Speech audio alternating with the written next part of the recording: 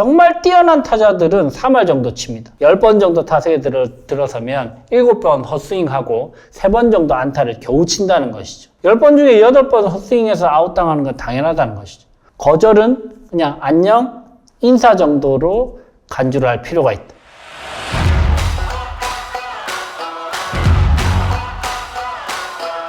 안녕하세요. 협상 전문가 류재현 변호사입니다.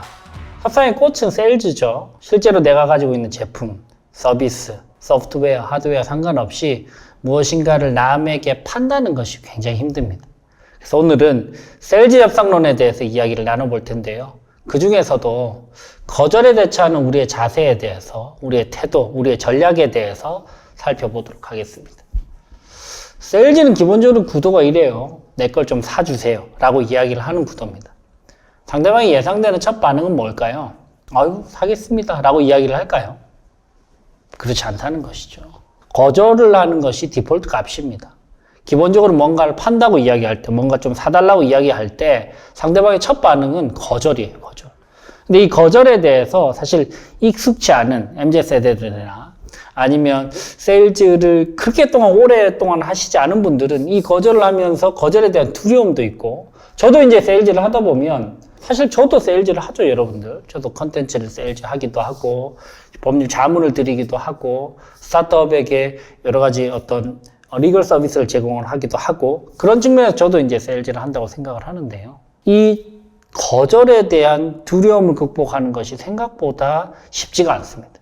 그래서 오늘은 거절을 대하는 태도에 대해서 먼저 확인을 한번 해보도록 하겠습니다. 자, 첫 번째, 거절에 대응하는 우리의 자세. 기본적으로 우리가 누군가를 만날 때 하이, 안녕, 나는 누구야 라는 인사 정도로 거절을 생각하시면 됩니다. 거절에 대해서 그렇게 큰 의미를 부여하실 필요가 없다는 것이죠. 아, 왜 쟤가 나를 싫어하나? 나 뭐 어떤 부분이 마음에 안 드나?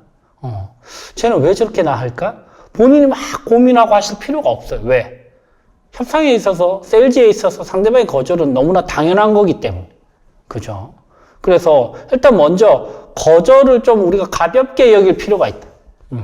거절을 심각하게 받아들일 필요가 없다. 그죠? 예를 들면 야구를 예를 들어 보시죠, 여러분들. 정말 뛰어난 타자들은 3할 정도 칩니다. 무슨 말이냐? 10번 정도 타석에 들어서면 7번 헛스윙하고 3번 정도 안타를 겨우 친다는 것이죠. 3할 타자들도 많지가 않아요. 보통은 2할 때가 대부분입니다. 무슨 말이냐? 10번 중에 8번 헛스윙해서 아웃당하는 건 당연하다는 것이죠. 거기에 대해서 자책하고 후회하고 혼자를 갉아먹고 이럴 필요가 전혀 없다는 겁니다. 거절은 그냥 안녕, 인사 정도로 간주를 할 필요가 있다. 그래야 좀 마음이 편해져요. 그래야 여러분들 세일즈 자존감이 생깁니다. 그렇지 않으면 세일즈 못해요. 매번 거절이 그렇게 두려우면 뭔가를 팔 수 없습니다. 첫 번째, 거절에 대해서 좀 편안하게 받아들일 필요가 있다. 거절은 당연한 것이다. 거절 안 하는 놈이 이상한 것이다. 일단 그렇게 받아들일 필요가 있습니다. 두 번째는요, 거절을 하나의 정보로서 좀 받아들일 필요가 있어요. 어떤 정보가 함유되어 있을까? 포함되어 있을까? 저 거절이 포함되어 있는 의미는 어떤 부분이 있을까에 대해서 우리가 좀 객관적으로 분석을 해보고 거기에 대한 정보를 유의미하게 좀 뽑아낼 필요가 있다라고 생각이 듭니다. 그러니까 yes도 정보고 maybe도 정보고 no도 정보입니다. 아, no라는 정보가 떴구나 라고 일단 좀 인식을 하고 거기에 대해서 어떻게 좀 유의미한 것들을 우리가 찾아낼 수 있을까를 접근해 볼 필요가 있죠. 자, 유의미한 정보를 찾아내기 전에 한 단계 더의 단계를 거친다면 거절을 한 상대방에게 먼저 유의미한 정보를 찾아내는 질문을 던지거나 그리고 접근을 하기 전에 2, 3일 정도 아니면 최대한 일주일 정도의 시간을 한번 더 주는 것도 좋은 전략일 것 같아요. 거절을 한다고 해서 상대방이 무조건적으로 바로 따질 것도 아니고 그렇다고 거절하는 사람에게 그냥 아무런 대응을 하지 않을 것도 아니고 한 일주일 정도, 한 3일 정도 시간을 더 줘보는 것이죠. 매니저님, 저희 내부적으로는 굉장히 고심해서 이번에 제안을 드렸는데 혹시 이번 주 금요일까지 한 번만 더 좀 고민을 해 주실 수 있을까요? 저도 좀 기대를 하고 있었는데 이번에 거절을 하셔가지고 조금은 예상 밖이긴 한데 그래도 한 번만 저희 제안서를 한번 좀 유심히 봐주시고 제가 금요일 정도의 시간 될 때 다시 한번 연락드리겠습니다. 이렇게 하면서 시간을 한번 조금 더 타임을 드리는 것도 방법일 것 같습니다. 그 시간을 주는 행위 자체가 사실은 상대방에게 시그널을 주는 건 거거든요. 이게 우리가 원하는 결과는 아니다. 한 번만 좀 심사숙고를 해달라라고 요청을 하는 겁니다. 근데 시간을 줬는데도 불구하고 상대방의 대답이 바뀌지 않아요. 그리고 또 거절을 합니다. 라고 할 때는 이제는 오히려 거절한 상대방에게 부탁을 할 필요가 있습니다. 어떤 부탁을 하느냐? 거창한 부탁은 아니고요. 거절의 이유에 대해서 좀 정중하게 물어볼 필요가 있다는 것이죠. 거절을 할 때 여러분들 거절의 이유에 대해서 물어봤을 때 상대방 그 거절의 이유를 이야기하는 것이 조금 미안할 수도 있고요.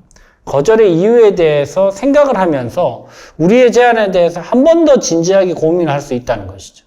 그렇기 때문에 우리는 거절의 이유에 대해서 한번 좀 정중하게 물어볼 필요가 있습니다. 매니저님, 저도 저희 팀장님께 좀 보고를 드려야 되는데 제가 아무런 이유도 모르고 거절당했다고 하면 저희 팀장님도 납득을 못 하시고 또 팀장님도 윗선에도 보고를 하셔야 되는데 혹시 어떤 이유 때문에 좀 거절을 하셨을까요? 라고 물어보는 건 거죠. 그죠? 그러면 한 번 더 우리 제안에 대해서 고민을 해보게 되고 또 나에 대한 미안함도 좀 생기게 할 수 있다라는 부분이죠. 거절의 이유까지 물어보고 나서 그 다음에 우리가 할 행동을 생각을 해보면 마지막으로는 또 다른 제안을 위한 연결고리를 좀 만들 필요가 있습니다. 3할 치는 타자들은 헛스윙을 한번 하고도 또 안타를 만들어내는 능력이 있거든요. 그러려면 다시 준비를 해야 됩니다. 그런 준비 없이 또 다시 타석에 섰다가 또 헛스윙을 한다는 것이죠. 그럼 이번에 헛스윙을 했다면 그 다음에 타석에 들어설 때 조금 더 편안하게 타석에 들어설 수 있게끔 준비를 해야 될 겁니다. 그죠? 그런 연결고리를 어떻게 만들 것이냐? 매니저에게 다시 이렇게 이야기하는 거죠. 말씀 주셨던 1번, 2번 문제 때문에 저희가 이번에 채택이 되지 못했다면, 수주가 되지 못했다면 저희가 다음번에는 그 1번, 2번 문제에 대한 부분은 솔루션을 가지고 와서 보완을 해드린다면 그럼 저희와 거래를 하실 수 있을까요? 라는 연결고리를 다시 한 번 더 남기는 건 거죠. 그러면 사실 생각보다 상대방이 거절을 또 하기가 쉽지가 않아집니다. 그죠? 거절을 했어요. 정중하게 시간도 드렸어요. 그리고 나서 이유도 물어봤어요. 그 이유 때문에 거절을 했다고 본인이 이야기를 했어요. 그리고 나서 그 이유를 보완을 해서 접근을 하면 다시 거래를 할 수 있는 의사가 있느냐라고 물어봤는데 거기에 대해서 또 거절을 하기는 굉장히 쉽지 않습니다. 그죠? 그래서 쭉 거절과 관련된 우리의 생각을 한번 정리를 해봤습니다. 첫 번째는 뭐다? 거절을 좀 편안하게 생각하자. 거절이 당연한 것이다. 두 번째는 뭐죠?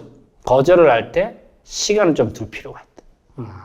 세 번째는 시간을 두고 나서 거절을 하면 거절의 이유를 정중하게 물어보죠.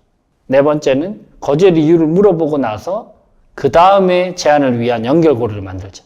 라고 우리가 전반적으로 한번 좀 정리를 한번 해볼 필요가 있을 것 같습니다.